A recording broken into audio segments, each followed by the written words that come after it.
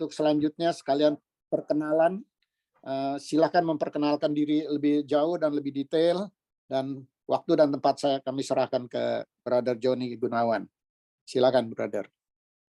Ya, terima kasih atas kesempatannya, sebuah kehormatan untuk bisa melayani Tuhan dan melayani teman-teman di sini.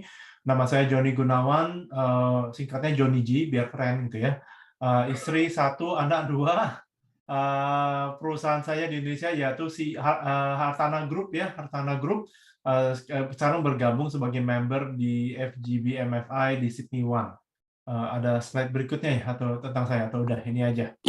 Dan ini aja, fit, sip. Nah, jadi singkat cerita, saya baru pindah ke Sydney sejak ya itu aja. Saya siapkan yang Pak Joni punya. Ya, sip. Nah, jadi pindah sini tahun 2018. Sebelumnya bolak-balik Sydney Indonesia, terus sempat pandemi stuck 2 tahun di Sydney, akhirnya bolak-balik lagi nih Indonesia Australia ya. Jadi keluarga ada di Australia, usaha di Indonesia. Nah, jadi hari ini saya diminta sharing tentang opportunity in the midst of adversity. Itu apa sih? Jadi screen-nya udah kelihatan ya? Sudah. Sorry, ini putus-putus ya suaranya ya? Oke, suaranya oke. Suaranya oke? Oke. Suara saya oke? Ya. Di saya sih oke, padahal di mobil ini. Oke, saya lanjutkan. Karena kita juga perlu ini ya, on time ya. Jadi opportunity dan disadvantage apa sih? Bagaimana kita menemukan peluang di masa-masa kesulitan, ya kan? Jadi topik ini mengingat kita kan baru lewati masa-masa sulit kemarin ya, yang masa COVID ya, pandemi dan lain-lain. Sebenarnya adversity ini itu terus ada ya, dan bergantian. Jadi kita tahu kemarin itu ada masalah COVID, itu juga ada lagi perperangan ya, dari perperangan di Ukraine, Rusia ya kan, dan terus ada masalah macam-macam. Ini kita lihat di sebelum COVID itu masalah climate change, sekarang kita juga ngalamin bulan Mei ini adalah bulan Mei paling dingin di Sydney yang dalam sejarah 24 tahun. Ya, itu banyak record breaking dari climate change, banyak perubahan seperti itu. Kita lihat interest rate juga rising. Saya sempat juga share kenapa bisa rising ya, karena sebelum-sebelumnya waktu COVID itu melakukan banyak quantitative easing, melakukan banyak istilahnya membantu masyarakat dengan dana-dana, ya kan, dia cetak uang, timbulkan utang, akibatnya masyarakat terima uang, tujuannya supaya masyarakat terus belanja, terus melakukan transaksi supaya bisnis menghasilkan keuntungan, supaya terus mempertahankan pekerjaan. Itu terjadi di Amerika, juga terjadi juga di Singapura, terjadi juga di Australia, dan banyak negara juga pada ikut-ikutan. Jadi akibatnya edar uang di financial world tuh uangnya banyak sekali. Jadi akibatnya untuk mengkontrol inflation, ya mau nggak mau uangnya beredar banyak, mereka harus kontrol dengan naikin interest rate, ya kan, supaya bisa mengkontrol uang yang ada, ya kan, supaya bisa controlling the debt di sana. Nah, itu dampaknya kepada interest rate meningkat, dampak lagi kepada orang bayar cicilan mulai berat, ya kan. Biasanya rumah menjadi satu investasi yang terbesar dalam setiap orang. Jadi kalau dia bayar cicilannya dulu mungkin $1,000-an, tiba-tiba aku mendengar teman-teman cerita, oh dulu bayar 1.900 tiap bulan, sekarang harus bayarnya jadi 3.000 lebih, 4.000, udah 2-3 kali lipat. Melainkan penghasilannya gitu-gitu aja, penghasilannya tidak 2 kali lipat gitu, penghasilan tidak kualitas, ini jadi tekanan ya, untuk ada biaya yang besar, interest rate meningkat, ya kan, housing crisis, dapat info lagi, sekarang pendatang begitu banyak ke Sydney, sampai orang kalau mau sewa rumah, mau sewa apartemen, itu rebutan sampai puluhan ratusan orang, yang apply itu puluhan. Jadi itu luar biasa sulit mendapatkan tempat tinggal sekarang. Jadi student datang, imigran kerja datang, itu banyak ngeluh tidak bisa dapat tempat tinggal. Nah, itu nggak ada isu juga, karena waktu pandemi berhenti memproduksi tempat tinggal, membangun rumah karena takut ini itu, akibatnya sekarang kekurangan karena banyak yang datang dan pulih lagi, jadi nggak ada isu. Dan kalau kasus lebih global lagi, ada bank crisis. Banyak bank-bank mulai mengalami masalah. Silicon Valley Bank, Credit Suisse, dan seterusnya. Itu mengalami banyak liquidation dan go to administration. Jadi mulai bangkrut lah, mulai susah bayar, minta tolong pemerintah, dan lain-lain. Itu banyak sekali bank satu-satu tumbang. Dan itu jadi domino effect. Ya, kita tahu waktu tahun 2008 tuh kan ada Lehman Brothers ya, yang cukup besar, yang tumbang, dan efeknya domino cukup besar. Dan kalau institusi bank itu mulai tumbang, efeknya cukup besar kepada yang pada deposan, kepada yang berdagang di uang yang ada di bank atau ada bertransaksi sama bank. It's a quite crucial service yang ada. Jadi ini krisis ini akan terus ada. Ya, so I'm sorry to say bahwa Tuhan tidak pernah menjanjikan tanpa badai. Yang Tuhan janjikan, Tuhan bersama kita walaupun ada badai. Amin. Ya, jadi kita mesti punya mental kalau ada badai, ya memang part of the season, ya kan? Memang udah cuacanya, udah musimnya. Jadi menjadi seorang Kristen, seorang yang percaya, bukan berarti tidak ada masalah, semuanya lancar, enggak, malah perubahan ini atau rintangan ini atau masalah ini itu mempersiapkan kita menjadi lebih baik dan lebih tajam dan lebih membedakan. Jadi setiap kali ada rintangan atau masalah itu membedakan yang bagus sama yang biasa aja. Ya, seperti kata-kata kayak emas terus dipanasin, ya dibakar, makin murni. Nah, ini yang ngalamin nanti kita sebagai orang percaya. Makin kita ada ngalamin hal-hal seperti ini, makin dibakar, makin menunjukkan kita semakin murni, semakin diuji, gitu ya, semakin diuji. Jadi dengan ada perubahan, dengan ada rintangan, sebenarnya di balik itu ada peluang untuk yang bisa melewatinya dan bisa take the challenge, ya kan, bisa overcome the challenge.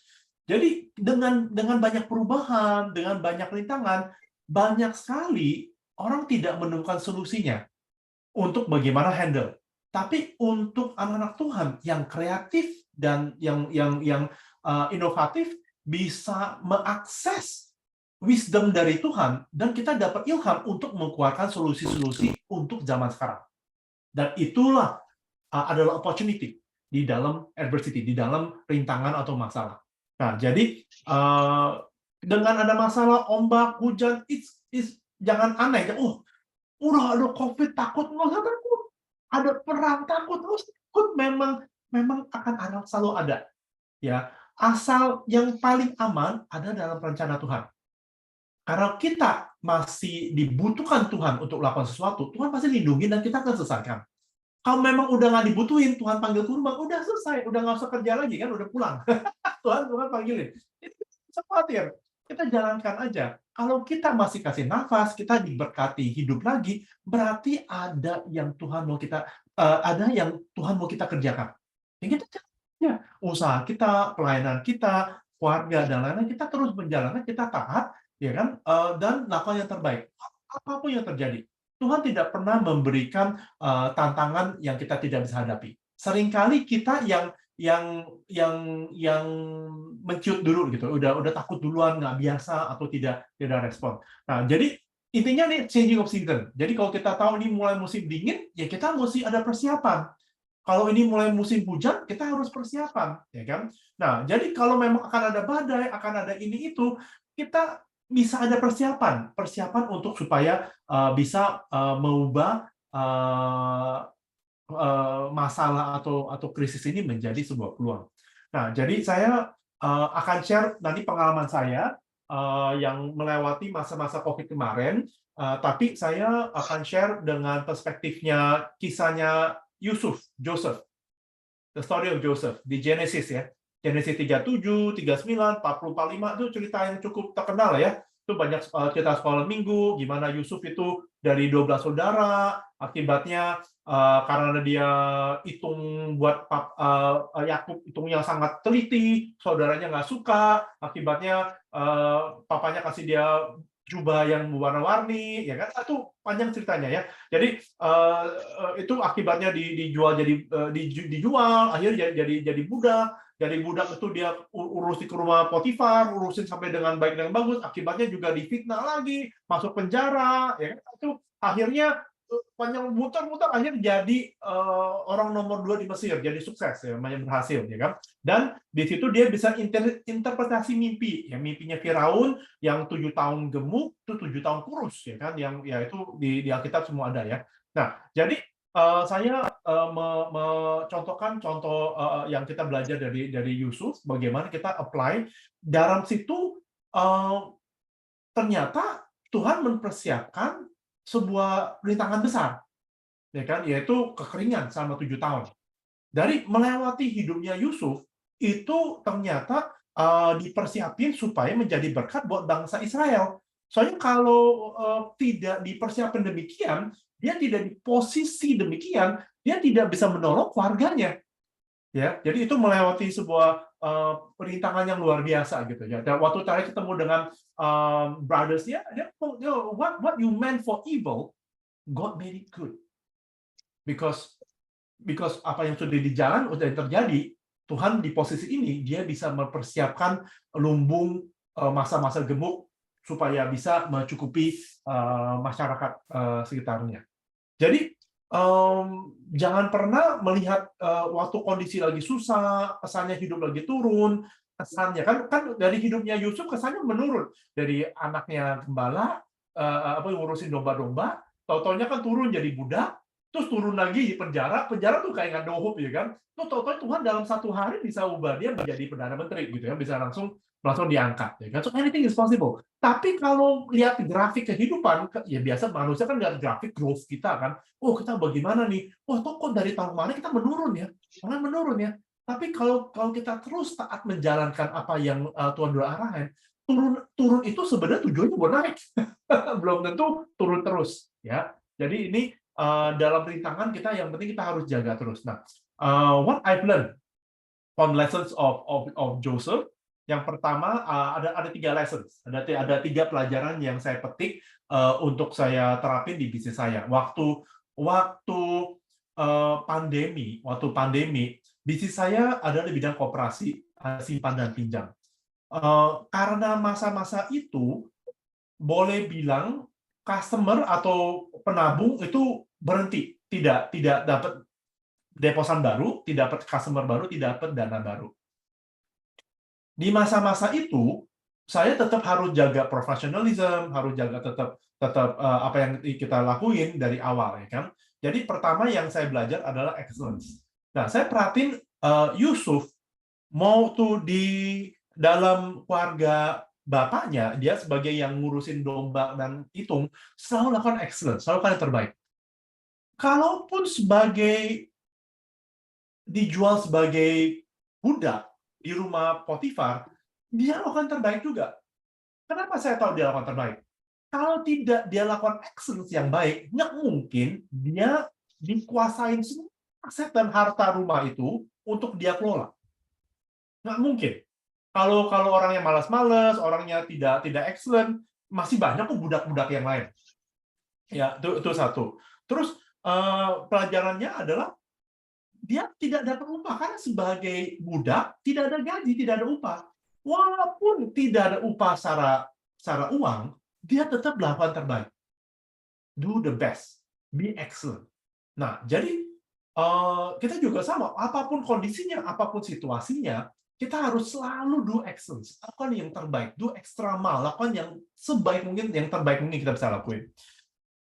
Jadi waktu pandemi seperti itu, saya dari awal sudah terapin bisnis kita harus diaudit.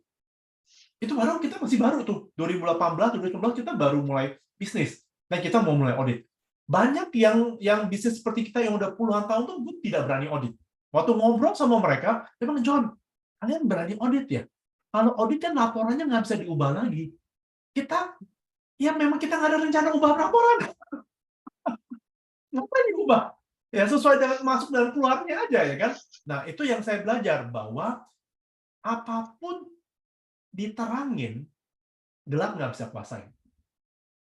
apapun diterangin, gelap nggak bisa kuasain. Termasuk keuangan, termasuk relasi, termasuk apapun dalam kehidupan kita. Kalau ada terang, kalau ada Tuhan yang datang, kalau ada terbukaan, transparansi, gelap nggak bisa kuasain. Biasa aneh-aneh gelap itu kalau tertutup gitu ya. Kamar tertutup, di belakang pintu nggak ada yang tahu, di bawah meja nggak ada yang tahu gitu ya. Nah, itu gelap menguasai banyak hal. Jadi kalau keuangan kita bisa terangin, berarti gelap nggak bisa kuasain, ya kan? Jadi itu kita serahin kepada Tuhan, kepada yang terang, ya kan? Nah, jadi kita prinsip dari awal pun kita udah lakukan excellence, kita lakukan audit supaya terbuka laporan dan lain-lain. Dan banyak yang merasa wah dari awal sudah ini sulit, nggak bisa dan lain-lain. Dan waktu kita ngalamin pandemi itu juga wah ngapain masih audit, apa tuh udah apa tuh kali susah dapat customer, orang udah ini kondisi gini-gini dan lain-lain. Tapi saya tetap komitmen kepada ya tetap harus audit, tetap harus kita lakukan terbaik. Walaupun nggak ada customer atau customer kita sangat sedikit, ya kan, tetap lakukan terbaik yang sebisa mungkin untuk supaya tetap transparan laporan kita. Dan saya spend money untuk audit daripada iklan. Saya bilang, saya lebih baik membuktikan bahwa saya kelola ini semua dengan sehat dan baik, dan uang buat iklan saya kurangin, promotion saya kurangin, supaya orang kalau dengar hasil kerja kita itu bisa lebih bagus. Nah, jadi dari saya belajar dari Yusuf, dari in what situation, kita tetap harus excellent. Kita tidak bisa discount excellent kita, gitu. Nah, ini is not easy, ya kan? It's not easy. Ya, sangat banyak alasan yang kita bisa keluar dari itu, tapi itu komitmen kita sama Tuhan. Waktu kita menjalankan bisnis ini benar buat Tuhan, buat berkati orang, atau buat hal yang lain, ya kan? Jadi itu yang komitmen itu dari awal. Jadi excellence apapun kita kerjain. Jadi teman-teman kalau dalam bidang apapun, do your very best. Walaupun situasi kondisi mungkin suram apa, don't worry. Tetap melakukan terbaik, terus belajar, terus upgrade, terus menjadi tajam, menjadi sharp gitu ya. Saya sampai sekarang pun terus ambil kursus, saya belajar terus, saya ambil kursus, saya nonstop terus meningkatin yang sebisanya apa. Kenapa? Karena saya percaya Tuhan titipkan banyak ilmu buat saya kelola. Jadi saya punya resources, punya ilmu buat saya belajar lagi supaya bisa lebih bermanfaat lagi untuk pengerjaan Tuhan. Jadi saya selalu percaya bahwa bisnis ini saya nggak pernah miliki. Uang juga nggak pernah miliki. Semua milik Tuhan. Tinggal Tuhan butuh apa, perlu apa, ya kita mobilize. Kita menjadi steward. Kita menjadi pengelola yang baik buat apa yang titipan ini semua gitu ya. Itu saya selalu percaya itu. Jadi selalu excellence, lakukan terbaik di situasi apapun. Mau milik kita, nggak milik kita, mau dibayar, nggak dibayar, selalu lakukan excellence. Nah, juga waktu itu saya juga aktif di grup CEO. Grup CEO sebagai salah satu untuk multi program, juga volunteer. Ya, saya organize, ngeprint, jadwal, rundown, ini itu, dan saya baru datang, jadi nggak ngerti apa-apa. Jadi saya lakukan yang sebisa aja, yang terbaik sebisa aja. Dan ternyata eventnya successful, pada puji dan lain-lain. Saya merasa ya saya melakukan bagian saya. Ya kan, bukan sesuatu yang gimana, teman saya sungguh-sungguh melakukan bagiannya gitu, doing my part ya. Jadi itulah pelajaran dari Yusuf yang saya bisa petik. Dia maupun di rumah Potifar dia yang terbaik, mau di penjara menjadi orang nomor 2 juga dipercaya banget. Waktu jadi perdana menteri Egypt, Firaun pun ngomong semuanya diatur sama Yusuf, kecuali keluarganya. Semuanya aset di negara ini, semuanya harus lewat campur tangannya Yusuf, ya kan? Nah, jadi akhirnya ya, Yusuf tinggal dan keluarganya di tanah Goshen. Goshen ini ternyata waktu masa-masa kering, hanya Goshen yang terus subur, yang terus panen. Walaupun di masa 7 tahun gemuk, 7 tahun semua orang gemuk, semuanya panen. Di tahun 7 tahun kering, di tahun keberapa mulai kering, yang lain pada mulai nggak panen, mulai nggak ada makanan, Goshen itu masih memproduksi. Goshen itu masih ini. Nah, kalau kita hidup sama Tuhan, dalam rencana Tuhan, kita di dalam Goshen. Apapun yang kita sentuh, apapun yang kita jalani, kita akan terus, walaupun di kiri kanan kering, kita masih panen, kita masih berbuah karena kita bersama Tuhan Yesus. Dia adalah akar dan sumber berkat dan semuanya. Dan sumber atas inspirasi kita, sumber atas kekuatan kita, sumber atas supaya hal. Karena kita menjalani untuk Dia. Bukan jalani buat diri sendiri saja gitu kan. We doing it for the Lord. Apapun dan usaha dan kerja. Kalau kita utamakan Tuhan dulu, ya pasti semuanya akan diberikan, semuanya akan ditambahkan. Oke, saya lanjut ya. Itu lesson number 1. Lesson number 2, integrity. Waktu Yusuf ditegur, difitnah sama istrinya Potifar, ya kan? Dia menjaga integritas. Enggak, dia tidak sentuh istri orang lain gitu ya. Bisa ya, kalau nggak ada yang tahu, tertutup pintu apa nggak ada yang tahu ya kan? Tetap dia jaga integritas. That integrity cost him. Integrity itu menjaga integrity itu ternyata dia bayar mahal, dia masuk penjara. Kalau kita cuman di titik itu, kita tidak tahu ke depannya, kita merasa, aduh, ini orang bodoh sekali, ya kan? Karena memegang kata-kata dan integritas, akibatnya di penjara dan tidak ada harapan. Bayang di penjara cukup lama, berapa tahun, ya kan? Baru bisa ada titik terangnya. Jadi waktu penjara bisa mikir kenapa dia harus udah enak menjadi yang dipercaya, ya kan? Tapi ya malah karena memegang integritas, malah satu hal buruk yang tidak itu sebenarnya integritas itu dia pun latih saat dia sama urus ininya Yusuf, bapaknya waktu dia ngurusin kambing dan domba, ya kan? Kambing dan domba Yakub ya, juga dipercaya integritas, dia jaga. Saudaranya nggak seneng karena dia terlalu integrity, terlalu jujur, ya, tidak bisa bengkok gitu ya. Nah, itu menjadi salah satu ininya kita bahwa kita mesti jaga integritas kita no matter what happen. In what situation kita harus jaga integritas kita. Nah, dari sini apa yang saya petik waktu dalam bisnisnya, waktu kondisi yang buruk itu yang bisa saya ngalamin, dana kita udah tidak terima dana baru, tapi sebelumnya kita dana yang lebih itu kita kelola dan kita investasikan. Jadi ada hasil passive income. Jadi passive income kita sebenarnya bisa mencukupi bayar gaji karyawan. Jadi melewati pandemi itu no problem karena passive kita mencukupi.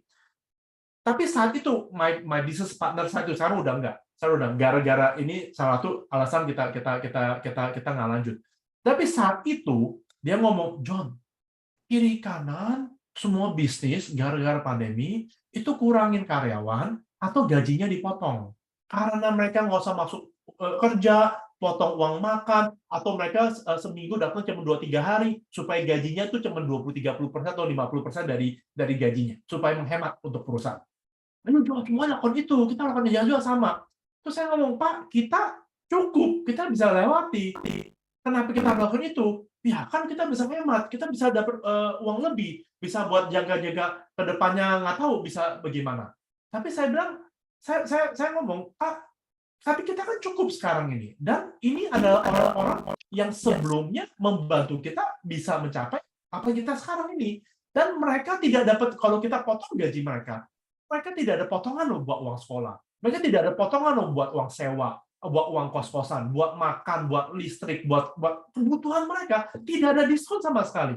Kalau kita potong gaji mereka, mereka hidup sehari-hari gitu ya. Oh, itu urusan mereka gitu kan. Dan singkat cerita, saya sama partner jadi beda visi. Jadi beda visi. Saya pegang kepada integrity. Ya kita karyawan saya urus, saya ngatur. Kita indikan aja, kita bisa baik-baik aja. Ya udah, akhirnya beliau lakukan hal yang lain. Saya tetap lanjut dengan saya kelola karyawan, mengambil resiko yang ada untuk terus melanjutkan bisnis. Nah, nggak mudah. Ngomong sekarang gampang. Tapi waktu saat itu kondisi kiri kanan, wah, kita bisa terjadi sesuatu nggak ya? Kita fine-fine-nya aja nggak, padahal kita nggak dapat omset lagi loh. Kalau terus-terusan gimana ya? Kalau terus ini, pokoknya banyak keraguan dan ketakutan. Tapi saya percaya kalau kita pegang kepada integritas, kita pegang kepada kata-kata kita pada visi dan tujuan kita, dan Tuhan yang akan melindungi kita dan menyertai kita. Dan bersyukur banget setelah pandemi lewat, malah Tuhan angkat kita dari satu kemuliaan ke kemuliaan berikutnya. Kita makin berkembang dan makin dipercaya oleh masyarakat, karena ternyata bisa melewati masa ini. Banyak yang lain pada tumbang, yang gagal bayar dan macam, kita bisa melewatinya dengan baik, dan kita masih tetap laporan audit dan lain-lain. Jadi itu puji Tuhan, sampai kita sering diundang TV untuk sharing tentang keuangan, tentang macam-macam. Jadi malah lewat pandemi kita dipakai Tuhan lebih luar biasa lagi untuk menjadi berkat buat bangsa-bangsa. Nah, jadi integrity tetap harus kita jaga, walaupun tertekan, walaupun kondisinya tidak nyaman, kita tetap harus yakin apa yang kita jalani itu benar, dan apa kalau kita jalaninkan yang benar, orang benar langkahnya diatur sama Tuhan. Our feet is lighted by, is illuminated. The feet of the righteous man is illuminated by God. Dilangkahin supaya kita langkahnya step by step-nya benar, supaya langkah arahnya benar. Dan akibatnya malah dari masalah menjadi opportunity.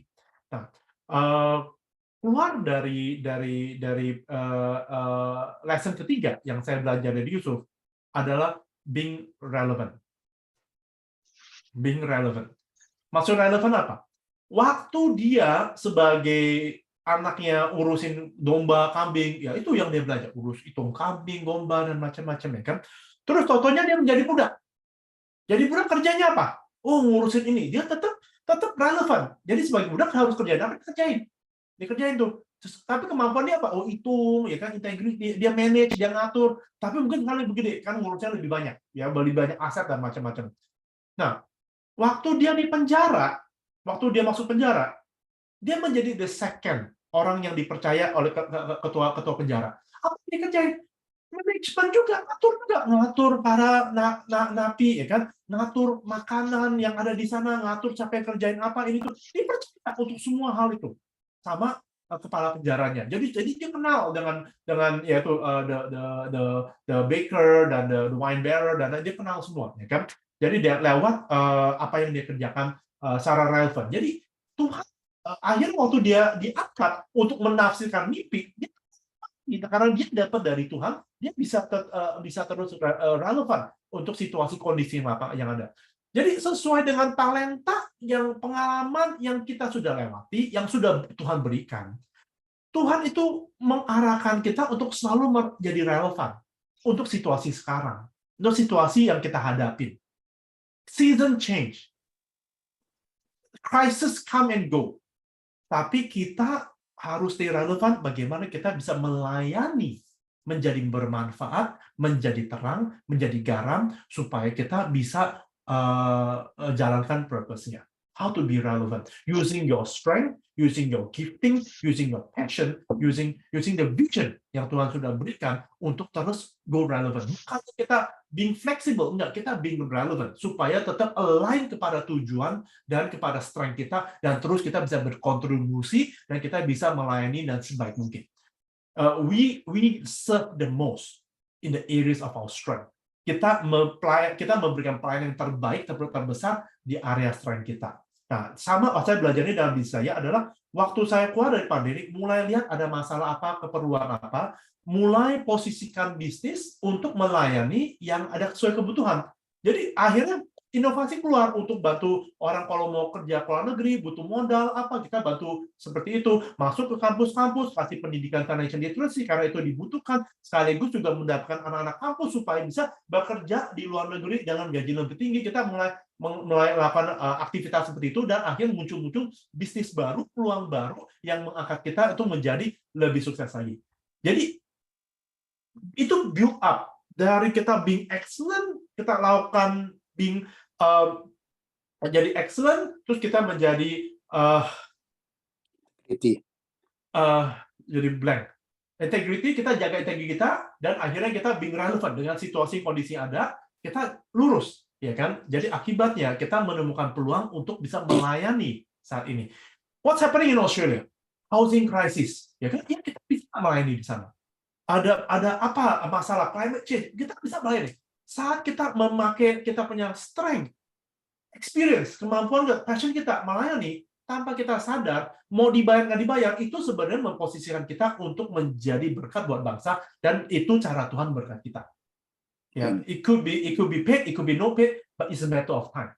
When kita lakukan dengan baik, dengan bagus, kita jadi excellent, it's a matter of time, akan diperhatikan.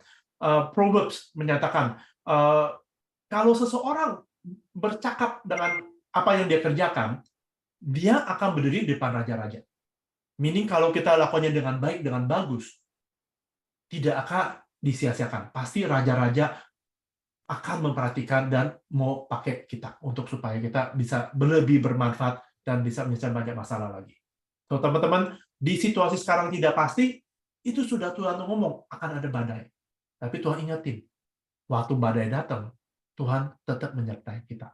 Dan kita terus percaya kepada Tuhan, menaruh Tuhan duluan, menjadi relevan, menjadi integrity, menjadi excellent terus, dan terus melayani, terus berikan yang terbaik, dan Tuhan akan sediakan terbaik buat kita. Amin. Semoga message ini menjadi berkat buat teman. Thank you. Thank you, Bro Joni Gunawan. Kita semua diberkati ya, teman-teman ya. Amin. Amin. Situasi yang Amin, thank you. situasi yang berat Amin, thank you. Thank you. situasi yang berat ditambah Kak Kristus menjadi berkat ya, Bro Nah, Joni. mantap. Thank you, Amin. Bro Joni. Tuhan memberkati pelayanan, usaha, keluarga, dan semuanya. Terpujilah nama Tuhan.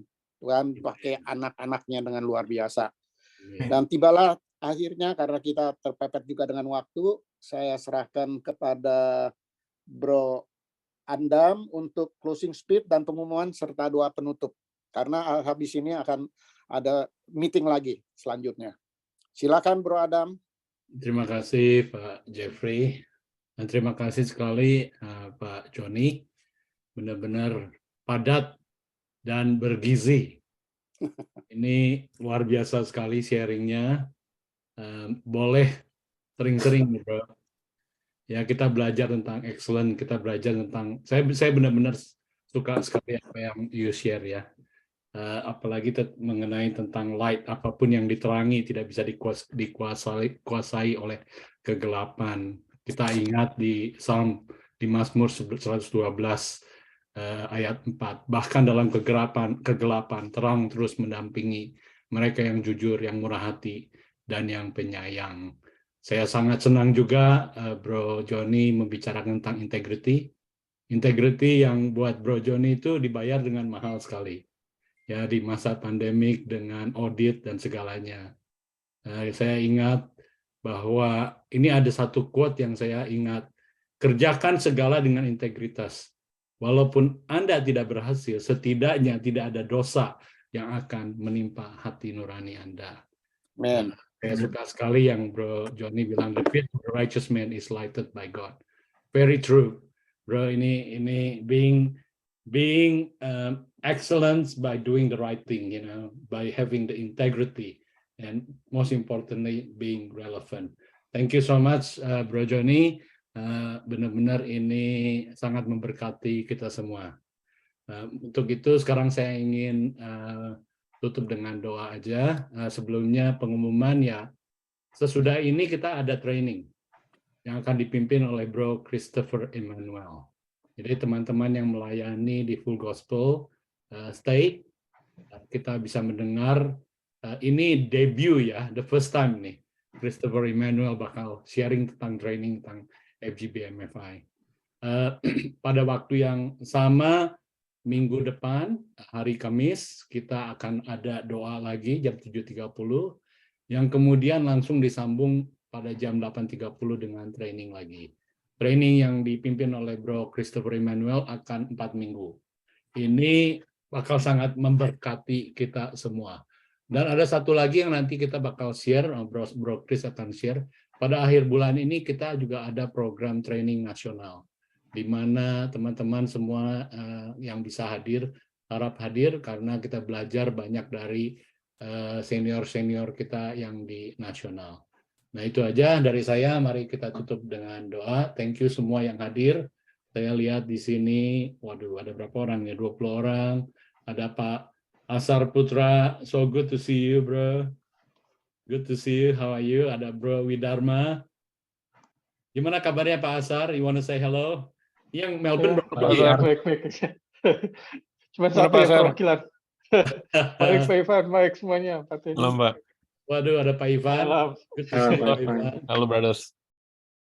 So good to see everyone here ya. Ada aku cewek sendiri kayaknya. Nggak Weh. apa-apa. Oh iya.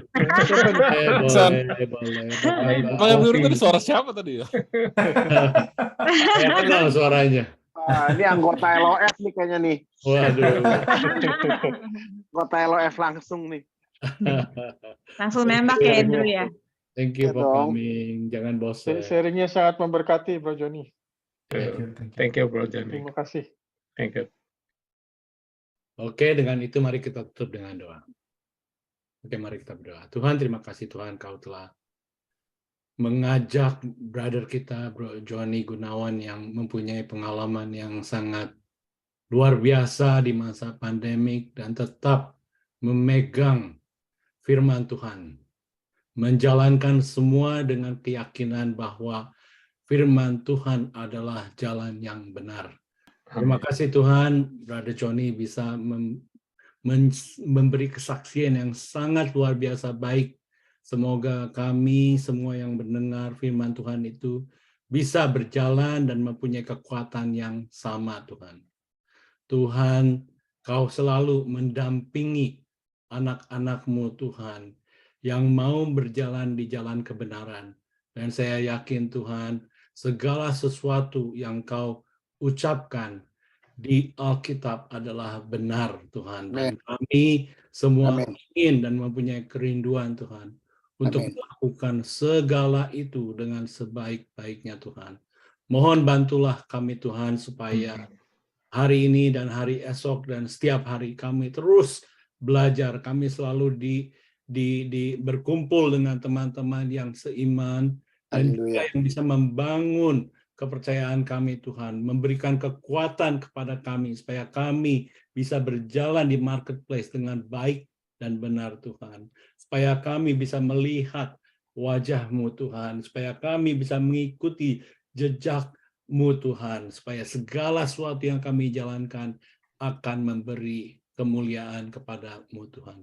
Tuhan, kami berdoa untuk semua teman-teman dan brothers yang ada di sini dan juga sister Tuhan, supaya Kau melindungi kami semua Tuhan. Amin. Kami mengerti Tuhan, kami bisa menghadapi satu adversity seperti apa Bro Johnny ucapkan. Tapi kita tidak takut Tuhan, karena Tuhan Yesus hidup di dalam kami Tuhan. Amin. Kami akan memegang tangan-Mu Tuhan dimanapun juga kami berada. Kami yang lemah Tuhan akan dikuatkan oleh-Mu.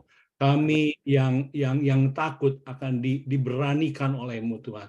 Tidak ada satupun juga yang terlalu susah untuk kami semua. Kami percaya Tuhan, Kau akan mendampingi. Kau akan berjalan dan memperkuatkan kami Tuhan di segala waktu dan di segala masalah yang akan kami hadapi Tuhan. Terakhir Tuhan, kami ingin berkata, be strong in the Lord, in the strength of His might. Tuhan, kami akan dapat melakukan semua hal melalui-Mu yang memperkuat kami Tuhan. Dan kami berterima kasih kepada-Mu Kristus Yesus Tuhan. Tuhan kami yang telah menguatkan kami dengan-Mu, menganggap kita setia dan menempatkan kita dalam pelayanan-Mu Tuhan. Terima kasih Tuhan, dengan nama Tuhan Yesus kami berdoa. Amin. Amin. Haleluya. Terima kasih Pak Adam. Adam. Terima kasih Bro Johnny. Thank you semua. Teman-teman ada Ini sedikit. nggak ada foto ya? Nggak Belum, foto. Waduh, mau difoto, aduh. Ayo. Ya, Oke. ya, Pak Ayo Adam, Pak Pak Adam. Johnny foto. Siap-siap, Pak Bro Johnny. Johnny difoto. Eranya Ibu-ibu minta dibuka. foto mulu ibu-ibu. Waduh. Ko Ivan yang itu udah ganteng udah. Udah Ntar. Ini pengumumannya last buka minute. videonya. Udah spotlightnya 2 orang aja udah. Oke. Bro Ivan langsung beresin rambut loh. Bro Tatang udah siap tuh dengan kameranya. Mumpung masih punya rambut, Pak. Oke, siapa lagi yang mau di spotlight? Oke, tunggu bentar, semua udah dinyalain ya. Kecuali ini Bro Ita. Ita Indonesia. Waduh, ini Bro Antonius nih, malu-malu kucing. Oke, 1, 2, 3. Oke, mantap. Thank you so much. Teman-teman, kalau teman-teman Strong in the Lord. Good night everybody. Ya. ya teman-teman Keluar Yes, teman-teman. ya. Ini yang mau ikut training, trainernya sudah siap. Ya. Oke, bye-bye. Thank you, Ko Thank Joni. you. Thank you, Pak Thank you so Joni. much. Susan. Thank you. Susan. Boleh, Susan. thank you. Ivan. Ya, bye San. Bye. Sampai ketemu ya. Thank you. Thank you, Pak Thank you, Bro Ivan. Joni. Semuanya. Thank you, Pak Ivan. Ya, thank you. Mari, good night. See you guys. Thank you, Bro Ivan. See you. Ya, Pak Carlos di salam. mana nih, Bro Carlos? Masih di Singapura.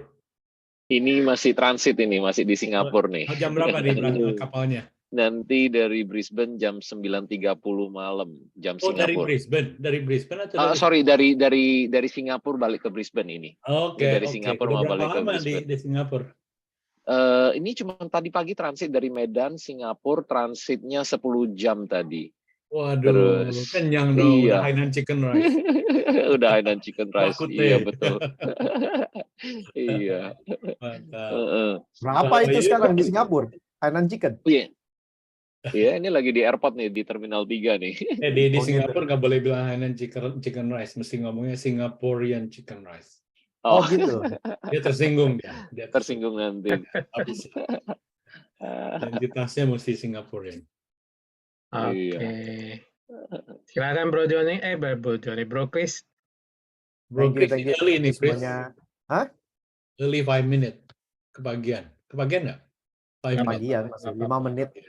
5 menit. Terserah mau langsung mulai boleh. Ini nggak lama kok. Saya coba bikin pokoknya padat, singkat, jelas. Cukup nervous sih pertama Saya kali. mau stop recordingnya dulu. Udah gitu saya start lagi ya. Saya stop. Yoi. Jadi